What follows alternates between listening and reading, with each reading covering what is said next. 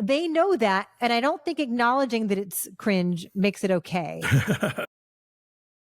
A big, bold, beautiful journey. It is neither big nor bold. It's beautiful at times. I mean, Colin Farrell and Margot Robbie are beautiful. Well, always. What's it about? Discuss. No matter who you are in your life,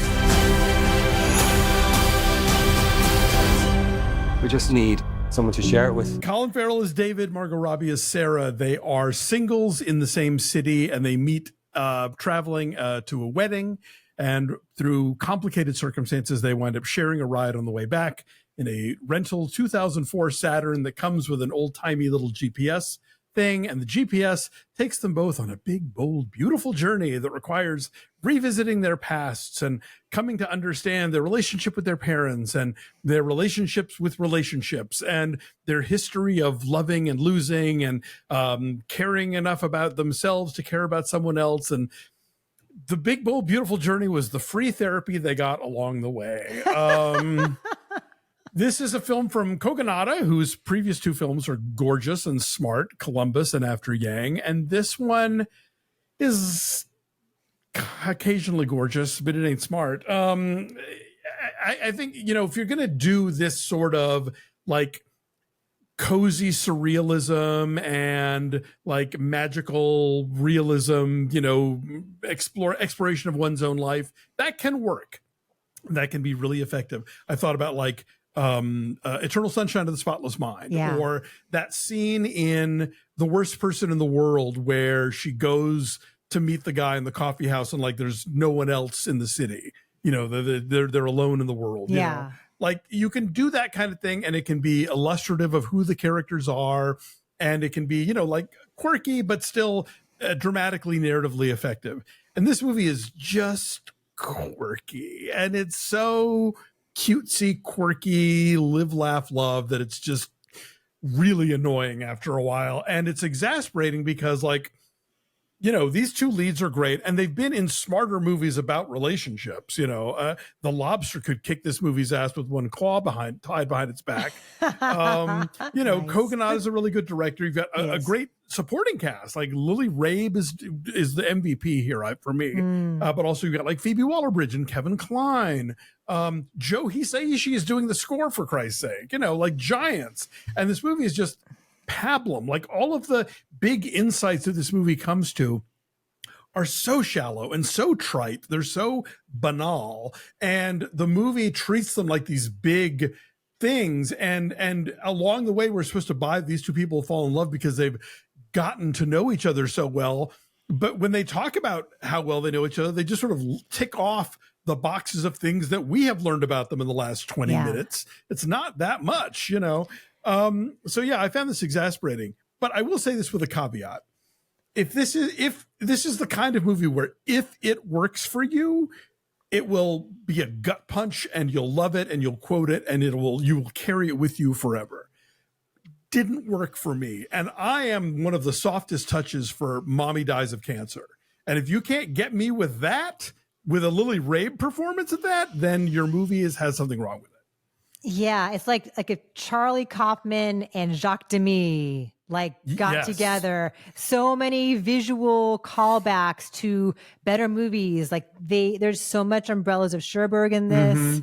Like well, the they even tell you they close up on posters in Margot Robbie's teenage rooms, like Singing in the Rain and West Side Story. And it's like, okay, yes, movie, we get it. You don't have to footnote yourself. We get what you are trying for here. I kind of want a whole movie of just Kevin Kline and Phoebe Waller-Bridge working at the rental car agency. Yes.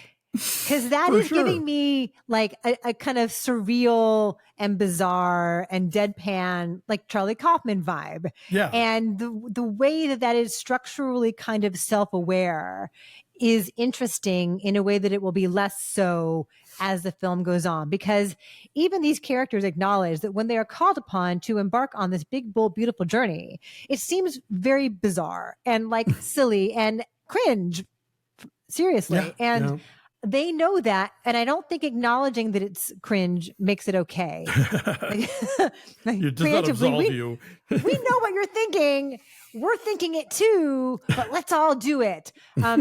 So each along the way, they go through doors. This is in the trailer. They go through doors, and each door is a portal to a pivotal moment in their lives. Yeah.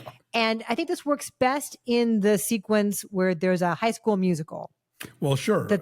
Thank you, Frank Lesser, for that. Yeah, that feels like the best example of what Kogonada is going for here, as far as like returning to a pivotal moment in the past and reliving it and learning from it in a way that is visually dazzling. Like everything about that one kind of worked. And I wish that they had achieved that same sense of ambition, but also heart everywhere else. I thought it was quite lovely a lot of the time. Like even just the shot of looking down the alley as he's going toward the car rental agency in the rain, like a very simple, like he's framed in the middle of it. It's very simple. Yeah. Every once in a while I was taken back, like, okay, there's a lot of craft here. Kogonada is an artist. Yeah. You know? Like that outdoor wedding in the rain where everyone's under umbrellas. Like that is lovely. I mean, there are postcards you could take out of this movie that are quite beautiful, but I think we need to blame Seth Reiss, who is the author. Yes. He was one of the writers of The Menu. And yeah, I think that's where this movie falls apart, is in the writing. For sure, because they're given such banal things to say, right? We have legitimate, beautiful, appealing A-list stars, and they're given the most ridiculous things to say. They explain themselves in ways that are so perfunctory and cliched in terms of like their fears, their insecurities, their bad relationships. Yeah. They are very self-aware as to their deficiencies and their mistakes of the past, and they just spell it out. It's very just like hitting you over the head with the obviousness of it all. And then, the I love yous come way too fast. I'm like, wait, how, when? Like what you've experienced was not so emotionally transformative that all of a sudden after a day, it's like a day, right? Yeah. They're in love with each other? Do we classify Margot Robbie's character as a manic pixie dream girl? Very much so. The hat alone is a manic pixie dream girl hat. There's a lot of primary color outfits in here where it's like, calm down movie. Well, that I figure is like a Jacques Demy homage, don't you think? It is, but there's already so many other ones. It's like, you could take one piece of jewelry off before you leave the house, Yes, for sure. She totally is. The hat, the like boho chic way that she dresses. The culottes, freaking culottes and boots. But only Margot Robbie looks good. Can make it look good, yeah, of course. In denim culottes and boots and the hat all at once. The thing where she like makes them hold their breath in the car. Hold your breath. Like all the quirky little road trip things that she has them do. She absolutely is. But she and Lily Rabe do have that lovely scene together. So it almost fixes it. I don't know. Again, I do want the whole like car rental agency thing, because whatever they're doing there is full of surprises and very funny. And then they have to get in the cars and go someplace. That's when the problems begin. What's your number? So I'm a 2.5, like, solely for art direction and Lily Rabe. But beyond that, this is a colossal waste of time. And even like as good as Farrell and Robbie are as performers, they're told to do a lot of whispering in this movie. So I referred to it as an ASMR video in my review, because you could fall asleep to this film and very easily. They're so beautiful. I'm going to say a 3, because it is quite lovely to look at. And there are some individual shots or individual moments where I feel like, okay, I see what you were going for here. Sure. But then there's a whole other movie that surrounds those things. So Big Bold Beautiful Journey. Yeah, you can avoid this one too. It is not a great week.